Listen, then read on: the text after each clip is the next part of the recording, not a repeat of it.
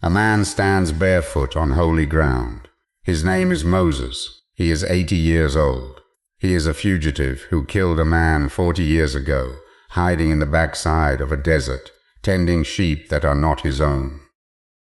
And in front of him, a bush is on fire. But the fire does not consume it. The branches burn, but do not blacken. The leaves glow, but do not turn to ash. It defies every law of nature Moses has ever known. He steps closer, takes off his sandals. The ground beneath his feet is trembling. And then a voice speaks from the flame. Moses. He falls to his knees, covers his face. He knows that voice. It is the voice that split the sea at creation. The voice that called light out of darkness. God tells him to go back to Egypt, to stand before Pharaoh, to demand the release of 2 million enslaved Hebrews. And Moses, terrified, asks the question that will change everything. Who are you? When I go to the Israelites and tell them the God of their fathers has sent me, and they ask me his name, what shall I say? And God answers with the most mysterious name in human history. I am. Tell them I am has sent you. Not I was, not I will be. I am, present tense, eternal, self-existent. The Hebrew word is YHWH, 4 letters, no vowels. So sacred the Jews would not speak it aloud. So holy that by the time of Jesus, even the high priest only whispered it once a year, alone in the Holy of Holies, on the Day of Atonement. And when the temple was destroyed in 70 AD, the pronunciation was lost forever. We do not even know how to say God's true name anymore. But here is what most people miss. A slave woman sits alone in the desert, dying of thirst. She is pregnant. She has no food, no water, no shelter. Her mistress has driven her out into the wilderness to die. She is Egyptian. She is a foreigner. She has no standing, no power, no voice. And in a few moments the God of the universe will appear to her at a well and introduce himself with a name he has never given to anyone before. Not to Abraham, not to Isaac, not to any prophet or king. A name that means, I see you. This is a story about what God calls himself when someone is about to break, and why he never, ever introduces himself with a name you do not need right now. From Genesis to Revelation, God has many names, and every single one of them was revealed in a moment of crisis to a person who had run out of options. The first thing you need to know about God's names is this. He never reveals them in a classroom. He never announces them from a comfortable distance. Every single name God gives himself in Scripture is born in a moment of impossible pressure, when a human being has reached the absolute end of what they can do alone. The first name is revealed to a man who has been waiting for 99 years. His name is Abraham, an old man in the hill country of Canaan, sitting outside his tent in the heat of the day. God made him a promise decades ago, a son, a nation, descendants as numerous as the stars. Abraham believed it. He packed everything he owned and left his homeland for a country he had never seen. And then he waited. Decades pass. His wife Sarah is in her 90s now. Her body has been past childbearing for decades. The promise feels like a cruel joke. And then God appears. He does not apologize for the delay. He does not explain the waiting. He simply says, I am El Shaddai. 2 words. That is all. The Hebrew here is extraordinary. El means God, mighty one. But Shaddai is where it gets remarkable. Some trace it to Shaddad, to overpower, to overwhelm. Others connect it to Shad, the Hebrew word for breast, the one who nourishes, who sustains, the God who nourishes life in dead wombs. God Almighty, the one who overpowers impossibility, the one who gives life where there should be none. Abraham is 99 years old. His wife is barren. and God introduces himself as the one for whom nothing is too hard. 1 year later, Isaac is born. Isaac is now a young man, strong, full of the life that God promised, and God tells Abraham to take him to a mountain called Moriah and offer him as a burnt offering. Abraham does not argue. He wakes early the next morning, loads wood on his son's back, and begins the 3-day journey. You can feel the weight of every step. On the 3rd day, Abraham looks up and sees the mountain.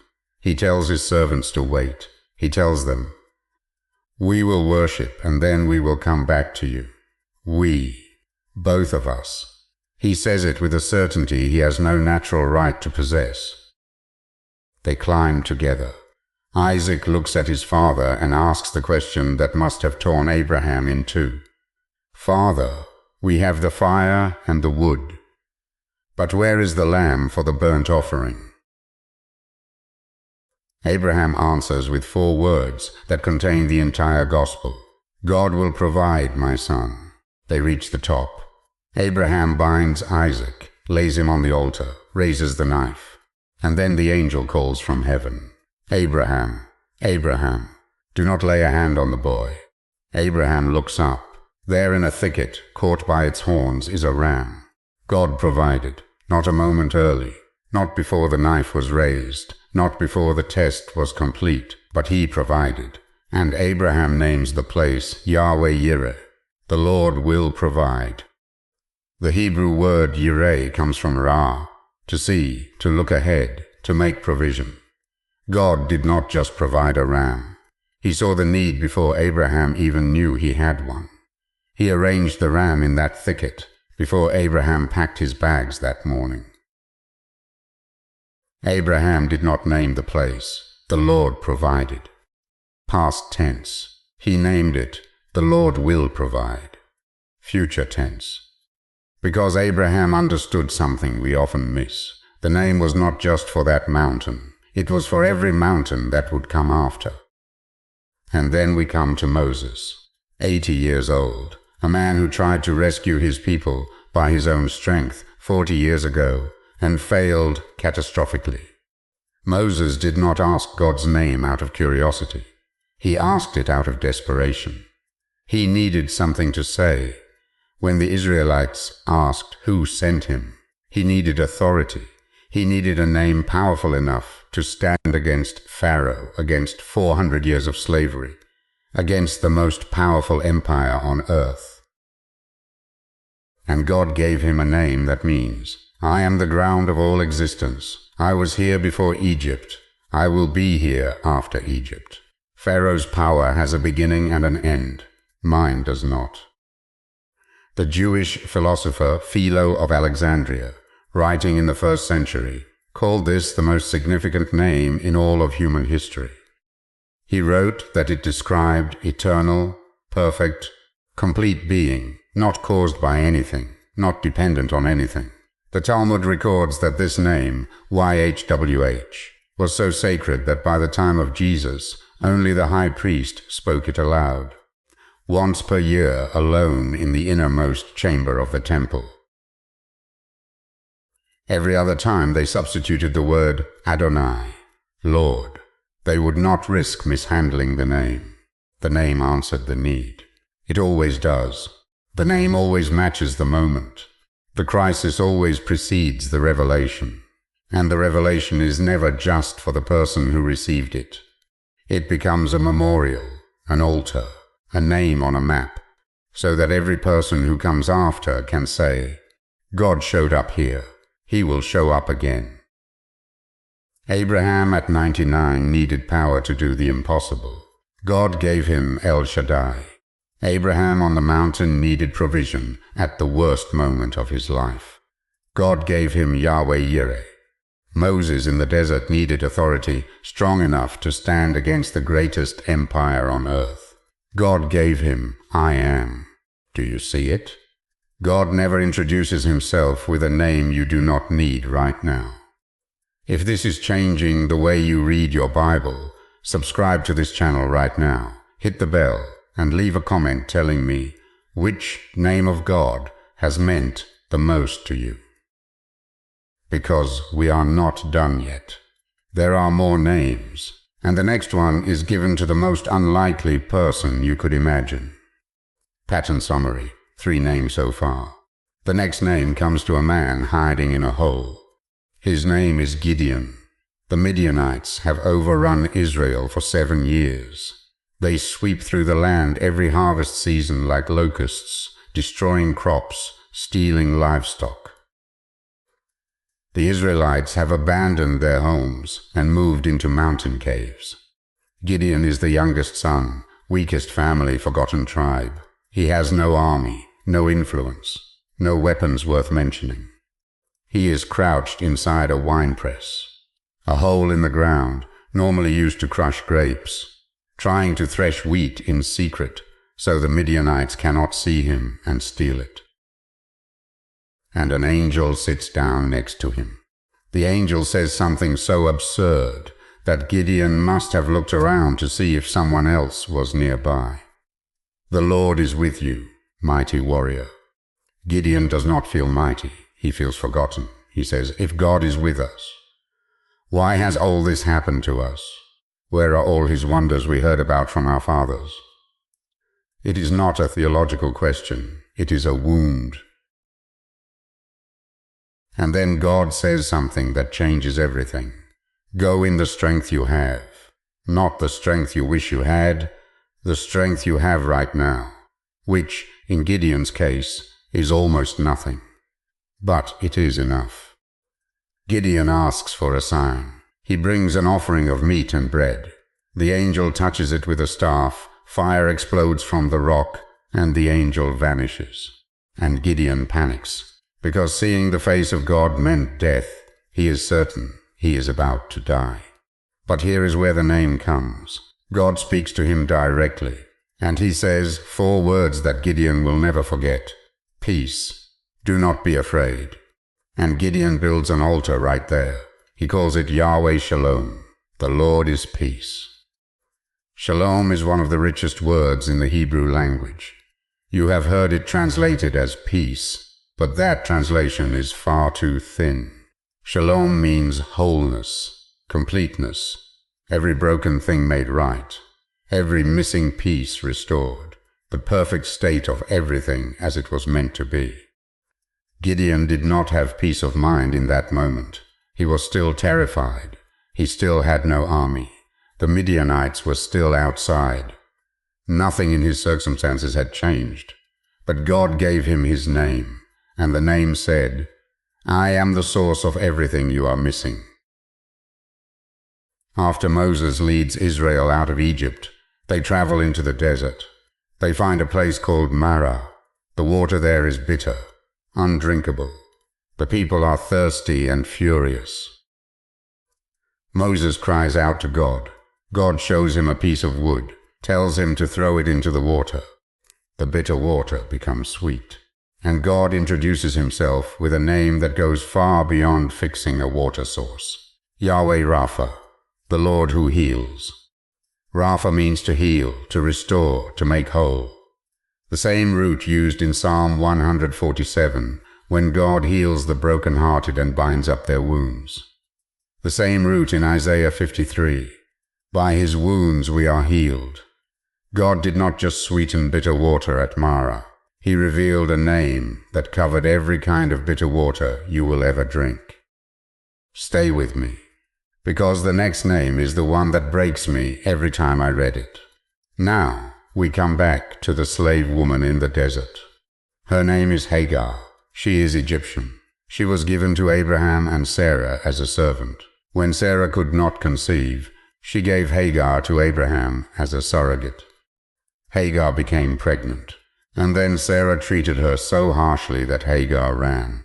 She is now alone in the desert, pregnant, no food, no water, no one who knows where she is. She is not a patriarch. She is not a prophet. She has no covenant, no calling, no lineage. She is a foreign slave who ran away from her mistress. And the angel of the Lord finds her, not in a temple, not on a mountain. at a spring of water in the desert, on the road to nowhere in particular. The angel asks her one question. Hagar, servant of Sarah, where have you come from, and where are you going? It is a tender question, not an accusation. Just a question that says, I see you. I know your name. I know where you have been. And then Hagar does something that no one else in Scripture has done before her. She gives God a name. You are El Roi, the God who sees me. And Hagar says something after that which breaks open the entire story. Have I truly seen the one who sees me? She is not asking a theological question. She is expressing astonishment. She is a slave. She is foreign. She is invisible to the entire social structure of her world. And the God of the universe just stopped, for her, at a spring in the desert, and looked at her. Hagar is the first person in the entire Bible to give God a name based on personal experience. Not Abraham, not Isaac, not any of the great patriarchs. A runaway Egyptian slave woman named a facet of God that no one had seen before. God let himself be named by the least, the last, and the most overlooked person in the story. Transition. 5 names revealed so far, moving toward Jesus as fulfillment. Now watch what happens at the end of history. An angel appears to a carpenter named Joseph in a dream and tells him to name the child Mary is carrying. The name is Yeshua. In Hebrew it means Yahweh saves. In Greek it becomes Iessus. In English, Jesus. One name. The entire character of God compressed into a single human identity. He is El Shaddai, the one with power to do the impossible, born to a teenage girl. He is Yahweh Yireh, the one who provides, giving his own body as the ram caught in the thicket. He is Yahweh Rapha, the one who heals, making the blind see, the lame walk. He is Yahweh Shalom, the one who is peace, speaking calm into storms, into tombs, into terrified disciples. He is El Roi, the one who sees, stopping for a woman at a well, a blind man by the road, a tax collector in a tree. And in John chapter 8, the religious leaders challenge him. You are not yet 50 years old, they say, and you have seen Abraham. Jesus looks at them and says 5 words that get him nearly stoned to death. Before Abraham was, I am. Not I was. Not I existed. I am. Present tense. The same name God gave Moses at the burning bush, claimed now by a carpenter's son. The same name God gave Moses at the burning bush, claimed now by a carpenter's son. The crowd picks up stones, because they understand exactly what he just said. He said he is YHWH. The burning bush and the temple connected by the golden I am, one divine reality. 500 years before that moment, a monk named Martin Luther sat in Germany, tormented by the wrath of God. He believed God was a judge, waiting to condemn him.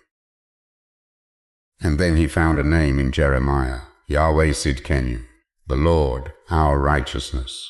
Not the Lord who demands righteousness, the Lord who,